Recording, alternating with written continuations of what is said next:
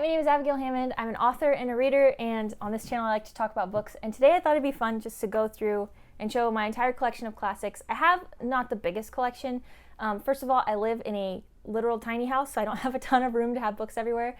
But the reason I love my collection, even though it's small, is because a lot of these books I've had, not a lot, but a good percentage of them I've had since I was like 10. I started collecting these when I was like 10 or 11. With the classic books that I have, I've been collecting them over a long period of time, and it's really fun to me to find them in used bookstores or be gifted them or just to get a copy for that I see online that's really pretty, whatever. So I wanted to show my collection because I have a lot of fun with these and I love looking at them on my wall, so I might as well talk about them here. I'm going to start off first and foremost with the quintessential person you need in your collection for classics, and that is my Jane Austen collection. I am ashamed to admit I do not have all of Jane Austen's books.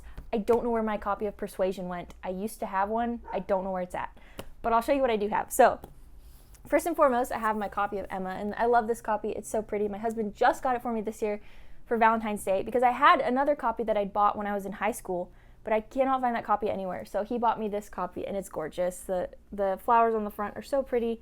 The edges are gold, and I love it. I love this book. I think is my favorite Jane Austen book, which is kind of weird to think about because I love Pride and Prejudice so much, but I think Emma's my favorite. I don't know what it is. I love Emma Woodhouse. She's just such a fun character. I just love her, and I loved the story. I thought it was so funny. And whenever I read this book, it just feels like springtime to me. It's set over multiple seasons, but to me, this book just feels like spring. And I think that might be because the first time I bought it, I remember I bought a copy at a used bookstore. I was like 15. I bought a copy at a used bookstore, and I read it in the spring in my parents' backyard, and I loved it. So I think that's why this book always feels like springtime to me. But, okay, that's Emma. I'm going to talk too much about all these books. I have Northanger Abbey. This one I picked up, I think, last year. I think it might be one of the only Jane Austen books I haven't read. But one of my friends told me that it's her favorite. She loves this book. So I'm excited to dive into this one. I know it's very funny, and that's why I'm excited to read it. But yeah, this one, I love this. I don't know if you've seen these from Barnes & Noble. They have this new brand of classics that are very affordable, but have very nice covers, and they're very pleasant. So I like to pick these up when I see them. Okay, these I'm really excited about. So I bought both of these copies when I was probably like 13 or 14. My parents bought them for me, let's be honest. I was probably like 13 though, or 14-ish. And I remember I got this copy of Pride and Prejudice. It's the Reader's Digest version. I got this copy at a used bookstore, and I loved it so much. I was so excited, and it's got the most beautiful illustrations. Let's see if I can show you. It's got the prettiest illustrations inside, these paintings that I love. And I was so excited that I decided I wanted to find other books in the same collection. And I have a few of them. Just have such pretty paintings inside. I don't know how well you can see it, but anyway, I love this book. I love this copy, and it's so pretty. I've read this so many times. I remember when I was a senior in high school, I think, when I was in AP English, we had to read Pride and Prejudice, and I brought my own copy to school like a nerd because they were giving us, the copies the school had, but I was like, nope, I got mine. I'm bringing my nice hardcover. I love this copy. It's just so sentimental. Then, to match, I found the Reader's Digest version of Sense and Sensibility, and I love this one. I read this book. I had a mass market paperback Signet Classics version when I was in high school.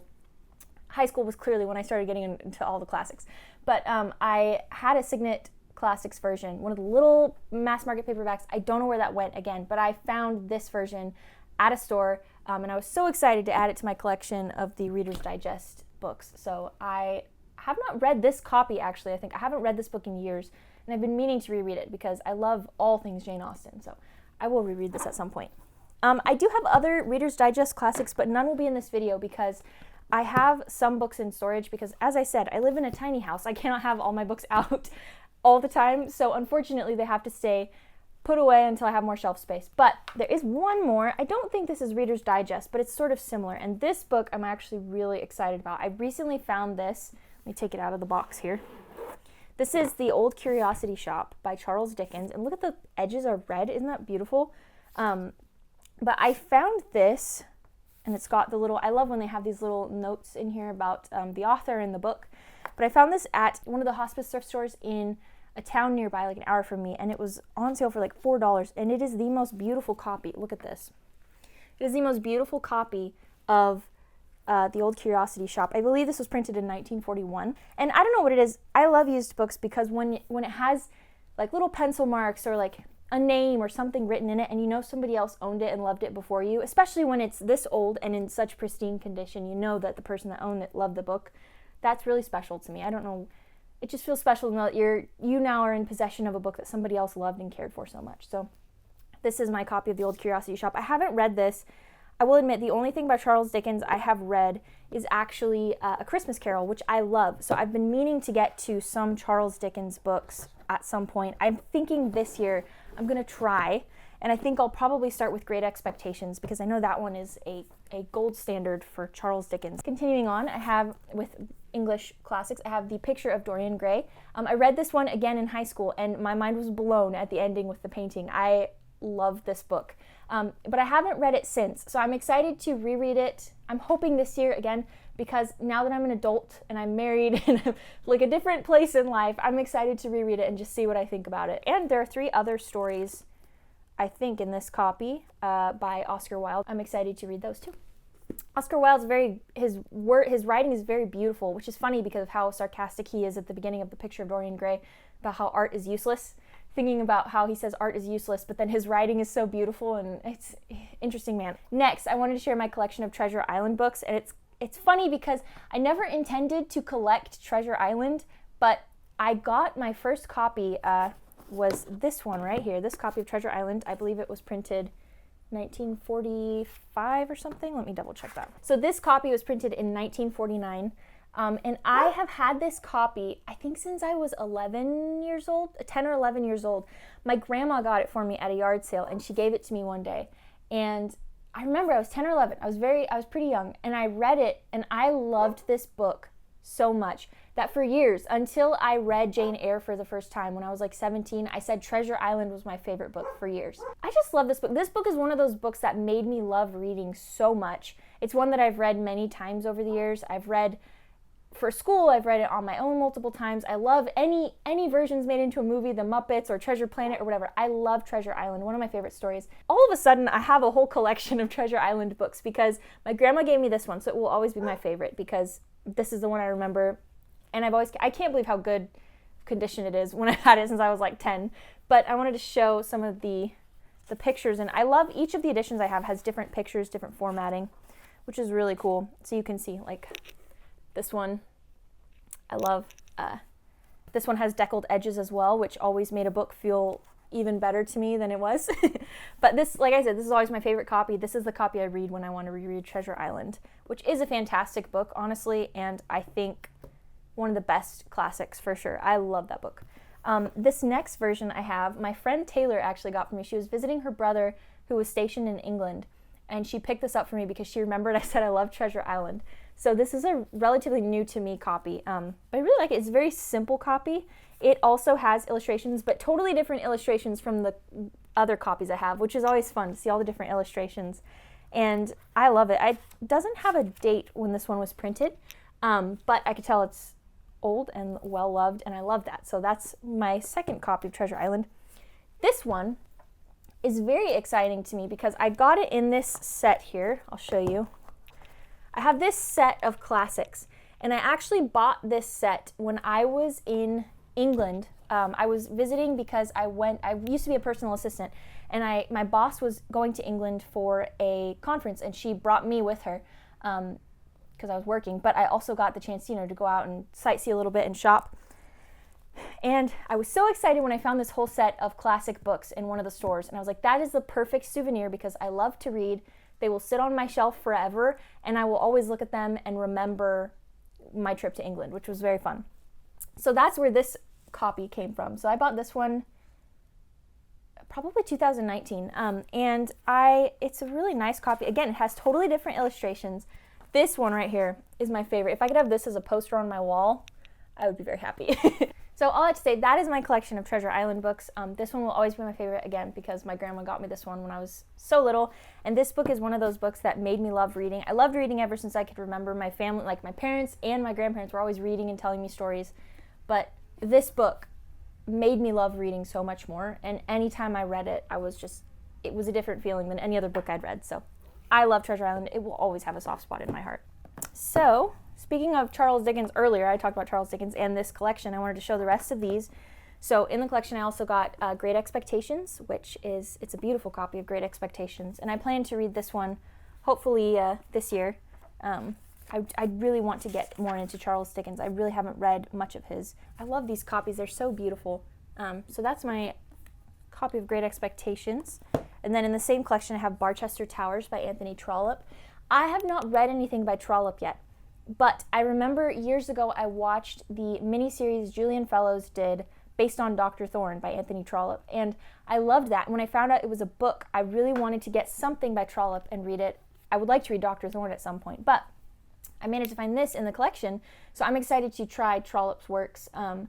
I don't really know anything about these stories, but I do want to check him out because if he's the one behind Dr. Thorne, that was an excellent story.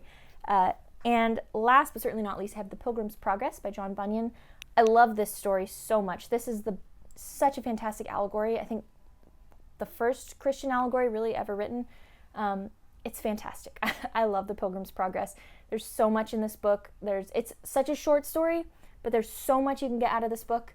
So yeah, I love having this nice copy. I'd never owned a copy before. I think I read it on my Kindle a long time ago. And so having a physical copy that's this beautiful is very nice to have. All right, next on the list is my Bronte Sisters collection, which I have. I don't have every one of their books, unfortunately, but I have a good collection, good size collection. First and foremost, my favorite of the Bronte Sisters works is Agnes Grey. And I know that probably sounds like blasphemy if you're a fan of Jane Eyre, because Jane Eyre is fantastic, but Agnes Grey will always be my favorite. I did a whole video review on this book. I don't know if I posted it yet, or I just reviewed it today, so I might post it before this or after. But either way, I love this book enough to make a whole video about it. It's excellent, and I definitely recommend it. There are similarities between this and Jane Eyre, but it's also significantly different, and this was written before Jane Eyre. Not that that means anything, but yeah, I got this copy at the used bookstore in the town where I lived. I didn't grow up there, but I lived there for a while before getting married and moving, and actually, I bought it from a used bookstore that a friend of mine bought the used bookstore because it was going out of business. And this was the first book I bought from her after she bought the bookstore. So I'll always remember that. I read this in March 2020, so that was a time, but I loved this book. It was the perfect thing to read at that time. Next, I have the Penguin Clothbound Classics of the Bronte Sisters. Let me get these books out. Now, I know the Penguin Clothbound Classics are notorious for the designs rub off. They're not really well made. They're not great for reading because they're not very comfortable to hold. But I got these when Penguin Clothbound Classics were first coming out. I got these when I was I think it was for a birthday gift when I was 15 or 16. It's been a while, 10 years now. And mine are still in perfect condition. I take very good care of my books. But I love these. These are really pretty, but I do have to agree that they are not comfortable to read at all. They're very much pretty for the shelf, not comfortable to read. So now whenever I buy classics, I tend to go for other versions. I don't buy cloth-bound classics from Penguin, but these are really nice and beautiful, and it's a good collection. This is Valet by Charlotte Bronte. I have Wuthering Heights. I think out of all the designs, this one is my favorite in this collection. Wuthering Heights by Emily Bronte, which I'm noticing the names have been rubbing off a bit. That's unfortunate. The Tenant of Wildfell Hall. I have not read this one, but because I love Agnes Grey so much, I've been planning to read this one. I think I'm going to start this later today, actually. I just finished The Painted Veil, which I was reading. So I think I'm going to move on to this one next because I love Anne Bronte. Her writing in Agnes Grey, fantastic. So I'm excited to dive into this one. And of course, you cannot forget Jane Eyre. I love this book so much. This book it's so good. There's a reason people love Jane Eyre so much. All right, and then the best part of my collection, the coolest thing, this was gifted to me by a friend of mine. This is a copy of Jane Eyre from 1945, and this is such a gorgeous copy. My friend gifted this to me. It was the sweetest thing ever, and I wanted to show, first of all, here's the actual book. You can see the artwork. So all the artwork for this book was done with wood etchings, and then they printed that into the book, which is so beautiful. But you can see here, it's so pretty. I love this book so much. It's so pretty, and it was such a thoughtful gift. I just received this too, and it's just, I don't think I've ever had a classic that was just this pretty. And I wanted to show you, it's got the double columns with the prose and illustrations, and there's one illustration in particular that is gorgeous, and I wanted to show. But this is probably the book I am most proud of in my collection of classics because it's not the oldest book. Old Curiosity Shop actually beats it out by being a little bit older, but it's such a unique and interesting copy that you don't see books like this at used bookstores, or when I'm hunting for books, I never see copies like this. You can see it's got illustrations that are gorgeous, but yeah, so this is, like I said, the pride of my collection probably.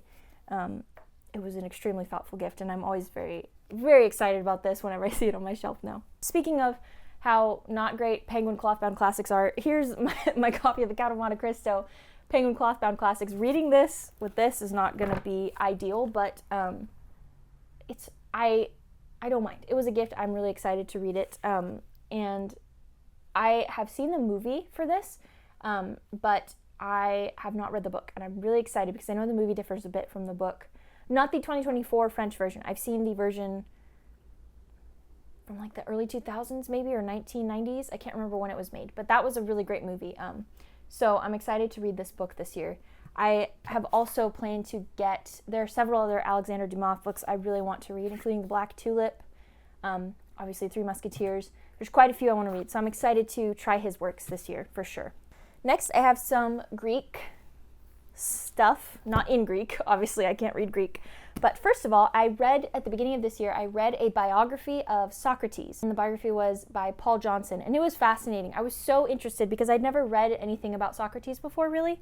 So after reading that, I immediately bought The Last Days of Socrates by Plato, and I'm really interested to read this. I planned to read it a lot sooner, but I got sidetracked by Anna Karenina, which took me forever to read. So I'm planning to read this one soon, and I'm really excited to get into it. I'm excited to dive more into philosophy stuff this year. Find it extremely interesting, and I guess I'd never ventured into that before. I'm not sure why. But I'm excited to read this and more of Plato's works. And I know Socrates didn't write anything himself down, but Plato wrote a lot of his things down. Thucydides, different people wrote Socrates' discourses down, so I'm excited to dive into those. Next, I am actually currently reading the Iliad. Now, I know there is controversy over this translation by Emily Wilson. I like it, and I chose this one because I knew that the language was going to be simplistic, and my main concern with reading the Iliad and the Odyssey the first time was that I wanted to make sure I understood everything that was going on really clearly, and then I plan to read the Fagles translation once I finish this one, because Fagles is much more verbose. He's much more poetic with his language. Emily Wilson's goal was just to make it very accessible to everyone. And you can have your thoughts on that. That can be a negative, a positive, whatever. I think it's great, and I'm excited that it's accessible for so many people, and I'm really enjoying this version. I'm shocked how much I love the Iliad. I really am enjoying this book.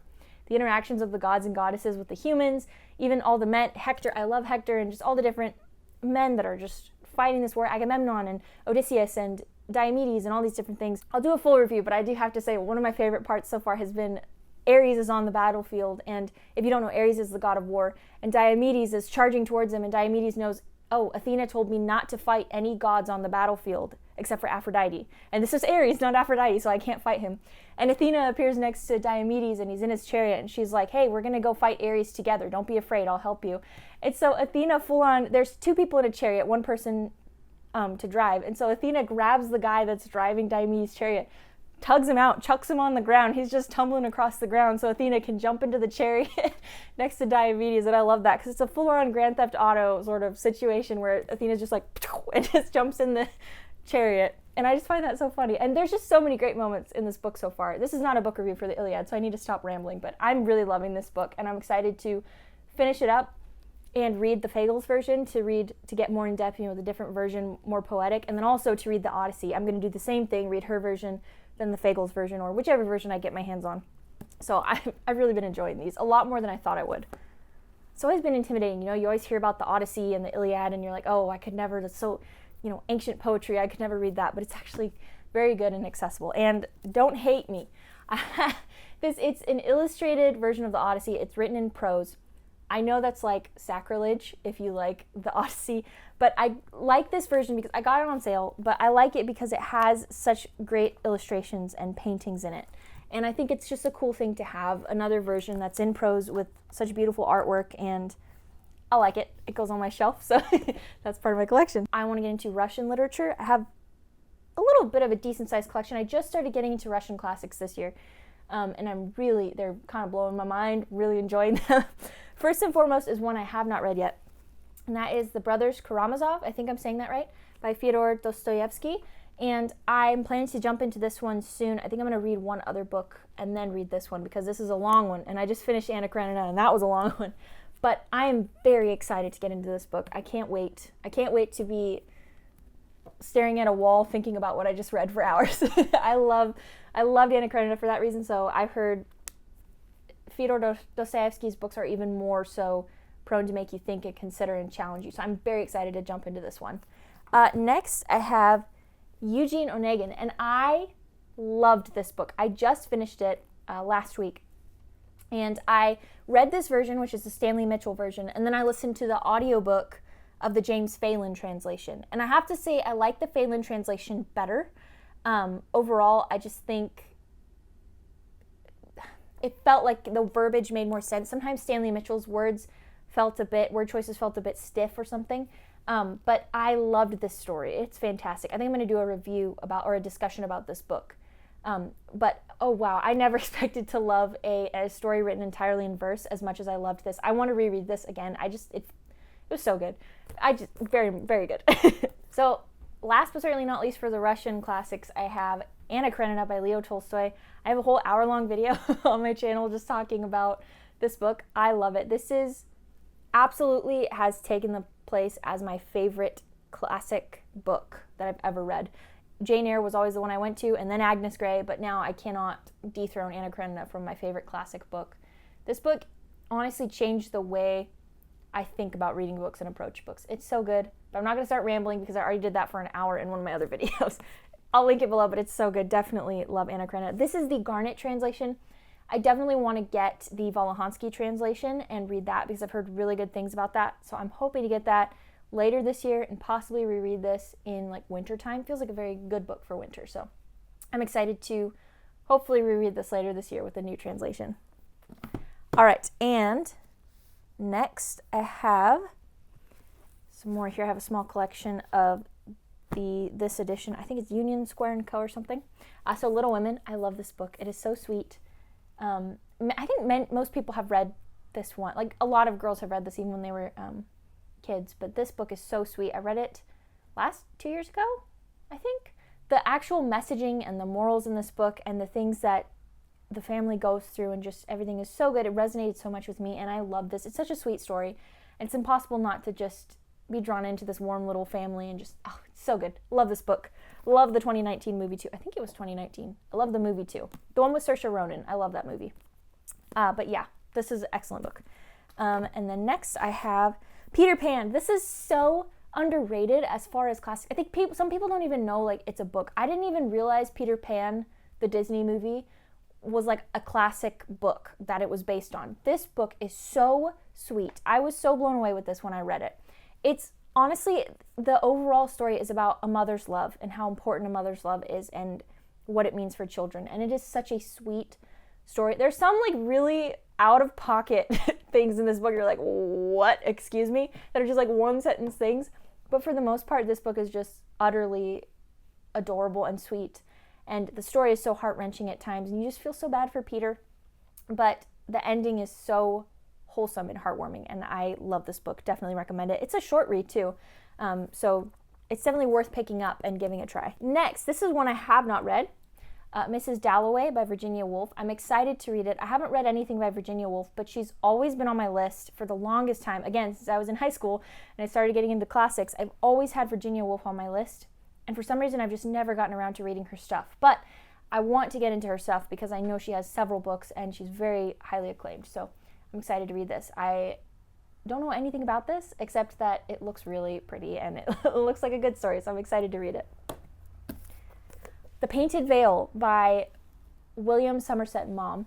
I just finished recording a review for this a little bit ago. I read it in just 2 sittings.